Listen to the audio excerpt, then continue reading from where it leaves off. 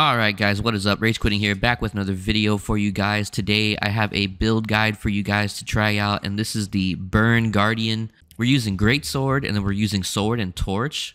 This is a really fun build, and the damage is like overkill with this. So let me go ahead and just show you a simple combo here, okay? So this is like, I'm gonna press 1, 2, 3, like 4 buttons, okay? I'm pressing 4 buttons. Watch this damage, it is insane. Boom. And then he's burning. And now he's on the ground. You see that? Like, dude. 4 buttons. That's it. And he's down. Okay? And then, you know, of course, I have more damage after this. But it doesn't really take a whole lot to get a single player to die. Okay? So, oh, and I'll show you, like, my kill on the Chieftain. It's really, really fast on the Chieftain, too. So I'll show that clip right now.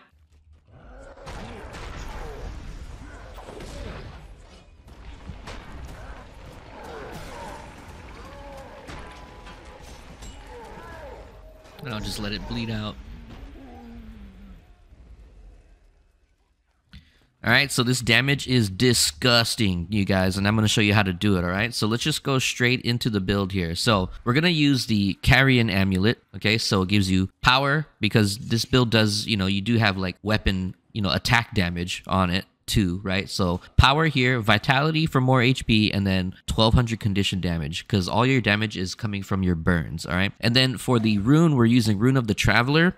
You could go even more overkill with this and use the Rune of Balthazar. Happy Thanksgiving, by the way, everybody. So here, Rune of the Balthazar is even more overkill because it gives you 10% burn duration, and you know, but I find that in PvP, you know, Guardian doesn't have a lot of mobility outside of, like, the only mobility you really have is your Greatsword 3 skill, this one, and then your other skills, you need an enemy target in order to use your mobility. So I was using the Rune of Balthazar before, but you know, because it just does way more damage on each ability. But in PvP, you know, Rune of the Traveler is really nice because you have no other mobility otherwise. So that 25% movement speed is really good there. So up to you, whichever way you want to play with it. But you still have really good damage even with this. So for this video, we're going to just keep this here. Okay, and then Greatsword with the Sigil of Exposure. Your next attack after you swap to this weapon while in combat inflicts 5 stacks of vulnerability for 5 seconds. And then Sigil of Smoldering, increased inflicted burning duration, 25%. And then on the Sword and Torch, we're going to use Sigil of Cleansing. So remove 1 condition when you swap to this weapon while in combat.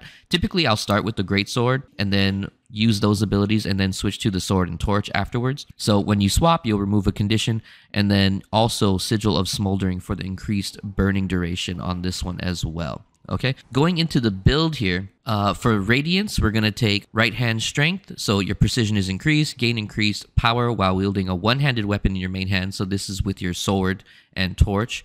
And your sword skills gain reduced recharge. We like this because your mobility skill with Symbol of Blades, it has a little teleport on it. You know, you target an enemy and you hit it and you'll shadow step onto the target just to keep up, you know, chasing kills down and stuff like that. So we want lower cooldown on Symbol of Blades, okay?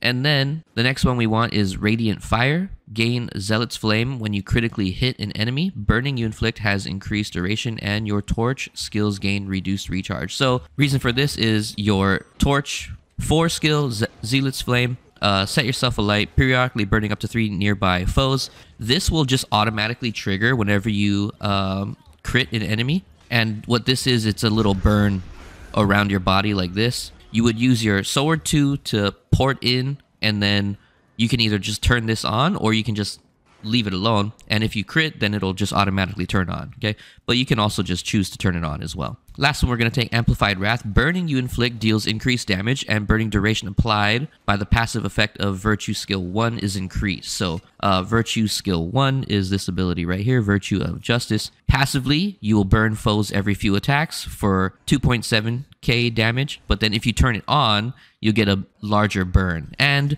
when you turn it on, you put a blind around your body, AoE blind, so the next outgoing attack from the enemy misses, okay? And I'll show you the rotation and stuff like that once we get to that point. But let's just keep going along with the build here. So the next one, we're going to use Virtues. And in Virtues, we are taking Master of Consecrations, gain reduced recharge and increased duration of your consecrations. That's because we're using Purging Flames. Let's see, next one, Absolute Resolve. Activating Virtue Skill 2 removes conditions from your nearby allies and yourself, by the way. So Virtue Skill 2's passive effect is stronger. So Virtue Skill 2 is this one right here, Virtue of Resolve. Passively, it just regenerates a little bit of HP. And on the active, you get a little bit of HP and regen, incoming condition damage decreased, and also you'll remove 2 conditions. So very good condition removal in this build. This Guardian builds only really can die easily to power builds. They have a lot of condition removal and they have good self-sustaining. So it's pretty tanky if you use your cooldowns right. All right, next one up here. I'm going to get away from this guy because he's like attacking the dummy and he's making a lot of noise. Next one is Permeating Wrath. The passive effect of Virtue Skill 1 triggers more quickly and now burns in an AoE. So that's really nice. So whenever you're attacking stuff, you have a higher chance to activate this passive here and it'll burn AoE damage. Okay, and in the last one here, Valor, we're going to use Lesser Smite Condition. So cure conditions and damage nearby foes, deal more damage if a condition is cured. And this is on a 16-second internal cooldown, and it automatically casts whenever you use a healing skill. So for my healing skill, I like to use the Signet of Resolve just because it has the biggest heal. 8,000 heal on this on a 35-second cooldown. And if you remove, it already removes conditions. So, but now when you remove conditions with this heal, it'll also deal a little bit of damage back to the person that put the conditions on you. Next one up here, we're using Strength in Numbers. While you are in combat, grant protection to yourself and nearby allies on an interval. Okay, so 10-second internal cooldown that you'll always just be getting passive, 33% incoming damage, damage reduction on a 10-second cooldown. So passive thing here, you don't really have to think about it. You just get some nice damage reduction every 10 seconds in combat. And also it gives it to your allies. So really good there. And then the last one is Monk's Focus. Meditation skills heal you, grant fury, and get reduced recharge. So every utility skill that we use, besides, Purging Flames is a meditation skill. And you could, so I only really use Purging Flames. So Purging Flames is a damage ability, right? You put a circle on the ground and it burns. I really only use this if I have like a support on my team that I can fight with the entire game. Because you can kind of get away with it if you're running next to your support the whole time. But if you don't have a good support on your team, then I would go for a more defensive build. So instead of using Purging Flames, I will use Smite Condition. So cure conditions and damage nearby foes, deal more damage if a condition is cured. So it's kind of works in the same way that your heal does that I just explained. If you remove conditions, then you'll deal damage. A little bit more defensive build, more condition cleansing, and a little bit of more healing because of this talent right here. This one, right? Monk's Focus. Meditation skills heal you. You have your heal. You have your Virtue Skill 2, which also heals and removes conditions. But now all of your utility skills, when you need to use them, will also give you a little bit of healing back as well. So pretty good sustain. It's not like bursty heals, but it is heals nonetheless, right? That's the build here. So one more time. In Radiance, Right Hand Strength, Radiant Fire, and Amplified Wrath. In Virtues, Master of Consecrations. If you're not going to use the Purging Flames, then you can change this Master of Consecrations to Resolute Subconscious. So on 1 minute internal cooldown, anytime you get CC'd, you'll automatically just gain minus incoming condition damage, and you'll grant yourself Aegis as well. Okay, so if you're going with a more defensive build, I would take this. But if you're going to go harder with the DPS, then I would take Master of Consecrations with Purging Flames. For the utilities, we'll just talk about it real quick. So I'd like Signet of Resolve. If you're going up against a lot of power builds, maybe the block duration would be better with Shelter, but you can play with that however you want. I really like Signet of Resolve. Next one up is Judge's Intervention. Teleport to your target and burn nearby foes. You pretty much always have to take this because it's your mobility skill. Port onto an enemy and that enemy will now start to burn. Purging Flames if you want to go more damage focused with this circle on the ground. If not, go with Smite Condition. And then this one here, Contemplation of Purity. Convert the conditions you are suffering into boons. So if you have conditions on you or debuffs, you use this and you'll convert those debuffs into buffs, right? From conditions into boons, and it gives you crit chance.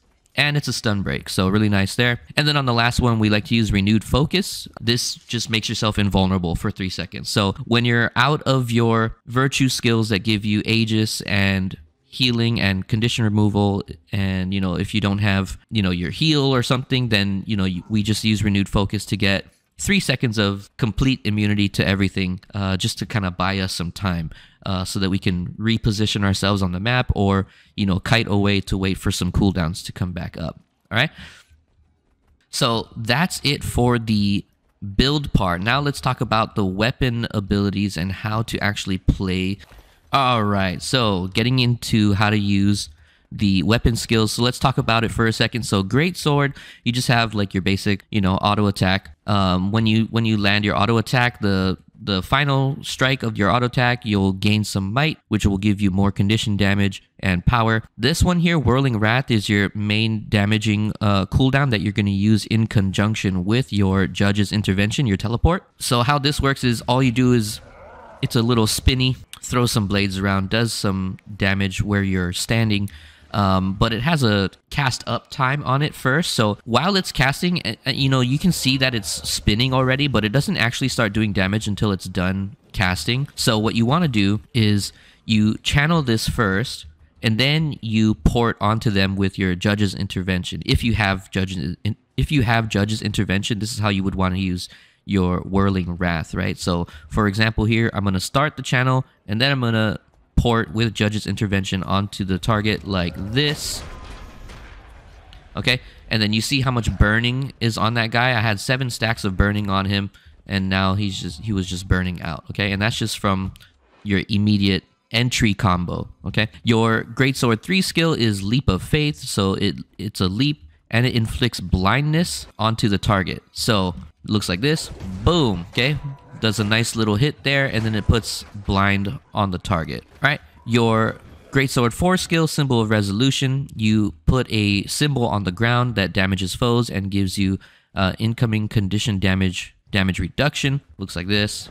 Boom. Does some damage here. All right, and it gives you condition damage reduction. All right, and then your Binding Blade, throw blades at your foes, causing damage over time. Bound foes can be pulled to you, so you kind of have to be closer to land this. If you're too far away, the blade is not really going to reach. So, but you can do it like this. Boom, and now that this is hit, this ability changes to your pull, so you can activate it again, and it'll pull enemies to you. That's the Greatsword skills. So typically, when you're using your Greatsword, let's say Judge's Intervention is not available, because I just told you how to use Whirling Wrath with Judge's Intervention, right? Like this. Okay, to put some initial burn on the target. If that's not available, you can do it with Leap of Faith. So you would Leap of Faith in first, and then apply your Virtue Skill 1, which is Virtue of Justice, and then start spinning on the target, right? So it'll look something like this. Boom. All right, starts burning them, deals heavy damage while you're spinning on them. All right, if you have time as well, if you put the Symbol of Resolution down on the ground, it's a combo field. So when you combo this circle here with your spinny, it'll cleanse conditions off of you and friendly targets that are nearby, because it has a combo field there with condition cleanse. So it'll look like this. Cleansing bolts. Okay, and then before things get away from you, you can use your Binding Blade to make sure that if they try to run, you can pull them back towards you. Okay, so that's it for the Greatsword skills. Let's go ahead and go into the Sword and Torch, which has a lot of damage on it as well. Okay, Sword 1 is just an auto attack. Sword 2 is your Symbol of Blades. It'll teleport you to the target and put a blinding circle on the ground as well. So it looks like this. Boom. Okay. So you just port on there, and all I did was auto attack, and I had 7 stacks of burning on the target. I didn't press any other buttons, guys. I just ported onto it, started auto attacking, and then it just started burning. Your Sword 3 skill, Zealot's Defense, block ranged attacks while casting magical projectiles. So you have to stand still to use this. If you move, it'll cancel the ability, but it looks like this. So you yourself shoot out some projectiles. If you're too far away, it's not really going to reach, so it kind of has to be like a medium to close range ability if you want the damage to go through. But if people are hitting you from range with projectiles, you can just stand still and just block it all like this. Okay, and you see how that didn't reach the target because I was too far away.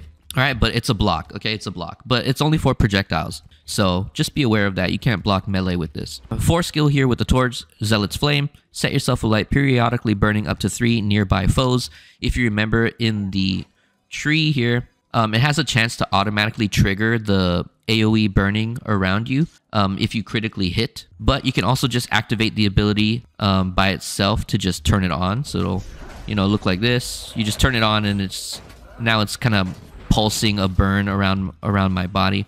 And then the last skill here on your torch, 5 Cleansing Flame. You breathe flames out that damage foes and cure conditions on allies. So it looks like this. It's like a little flamethrower. That last tick of the burn will then apply 2 stacks of burning on the target. Okay, so your combo with your sword torch will look something like this. You're just gonna sword 2 to teleport to the target, and then you can activate Zealot's Flame and then hit Cleansing Flame. So it'll look something like this. And burn. Okay, 12 stacks of burning on that thing just from those 3 buttons. Alright guys, so I'm going to start to demonstrate the rotations with each weapon set on the dummies here. So for the Greatsword, it's pretty simple, okay? So what you want to do here is, if you have your Judge's Intervention available, you always want to pair it with your Whirling Wrath. So you're going to start the channel of your Whirling Wrath and then use Judge's Intervention to teleport onto the target. Always take a look down here to see if you have your Aegis available, because you have a passive Aegis that'll block the next incoming attack. If you have it available, you don't need to pre-cast your Virtue of Courage. But once this is gone, you want to use your Virtue of Courage or your Virtue of Justice, because Justice puts a blind on the target.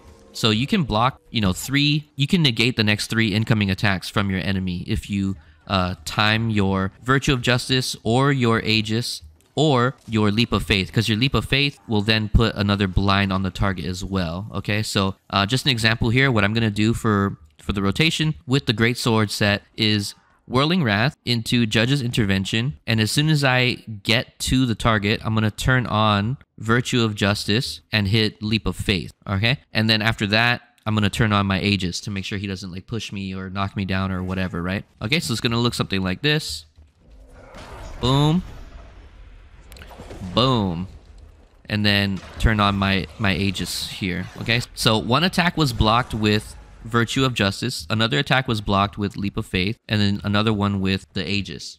Plus I had my passive Aegis, right? So it could have been actually 4 attacks. But that's pretty much the gist of it, okay? So one more time, spin Judge's Intervention, Virtue with Leap of Faith, and then turn on your Virtue of Courage. Okay, so it's gonna look like this. One more time.